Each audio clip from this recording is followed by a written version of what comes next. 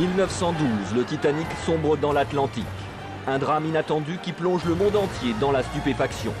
Et pourtant, en 1898, l'écrivain américain Morgan Robertson imagine déjà le naufrage du plus grand paquebot fictif du monde, son nom, le Titan.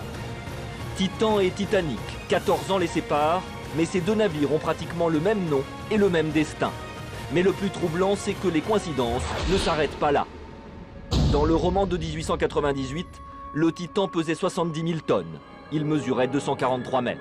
Inauguré en 1912, le Titanic pesait près de 70 000 tonnes. Il mesurait 268 mètres. Le Titan possédait 3 hélices. Le Titanic, 3 hélices. Vitesse maximale du Titan, 25 nœuds. Celle du Titanic, 25 nœuds.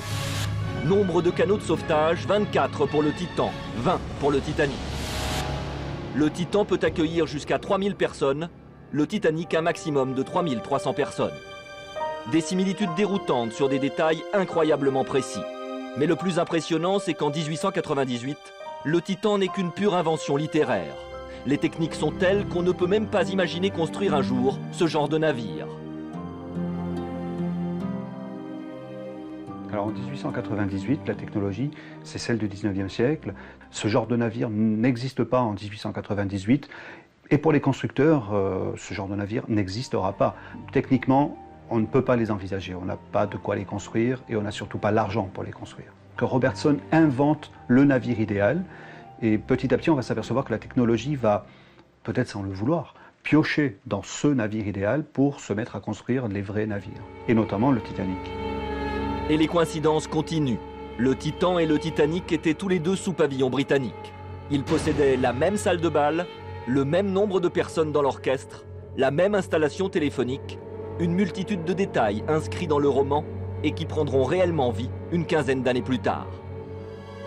Mais le parallèle devient vraiment inquiétant quand on évoque le sort terrible que vont connaître ces deux bateaux. Dans le roman de 1898, le Titan coule une nuit d'avril, vers minuit, après avoir percuté un iceberg à tribord. 14 ans plus tard, le Titanic coule une nuit d'avril, à 23h40, après avoir percuté un iceberg à tribord. Dans les deux cas, l'iceberg n'a été repéré qu'au dernier moment, c'est-à-dire une trentaine de secondes avant l'impact. Un détail qui fait un petit peu froid dans le dos, c'est que les deux navires ont fait naufrage, malgré leur cloison étanche. En 1898, Morgan Robertson écrit dans son roman qu'en actionnant un simple bouton, le capitaine du Titan pouvait fermer les cloisons étanches, ce qui rendait le navire « practically unsinkable », écrit-il, pratiquement insubmersible.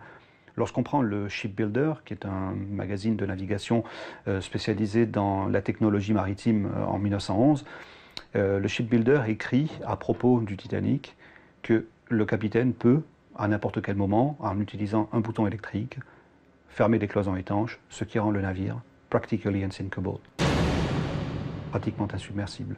Le vocable est le même dans les deux cas, et c'est dans les deux cas, au mot près, le détail qui a fait couler le navire, les fameuses cloisons étanches. Lors du naufrage fictif du Titan, plus d'1 millier de passagers imaginaires disparaissent. 14 ans plus tard, le Titanic fait plus de 1500 victimes. Les rescapés du Titan sont secourus par un navire à destination de Gibraltar et la Méditerranée. Ceux du Titanic sont secourus par le Carpathia à destination de Gibraltar et la Méditerranée. Troublante similitude. Comment expliquer tant d'informations inédites 14 ans avant les faits? Je ne sais pas ce qui a poussé Robertson à choisir ce sujet et à choisir tous les détails qui aujourd'hui nous intriguent. C'est quand même un moment extraordinaire de l'histoire de l'écriture, de voir comment un homme perdu aux États-Unis a réussi avec 14 ans d'avance à prédire, à écrire un événement qui allait vraiment se dérouler. Robertson prétendait écrire sous l'emprise d'un partenaire astral. Personne n'a jamais su ce que cela voulait vraiment dire. En tout cas, cet auteur obscur aurait bien vite été oublié s'il n'avait pas eu la clairvoyance la plus dérangeante de toute l'histoire de la littérature.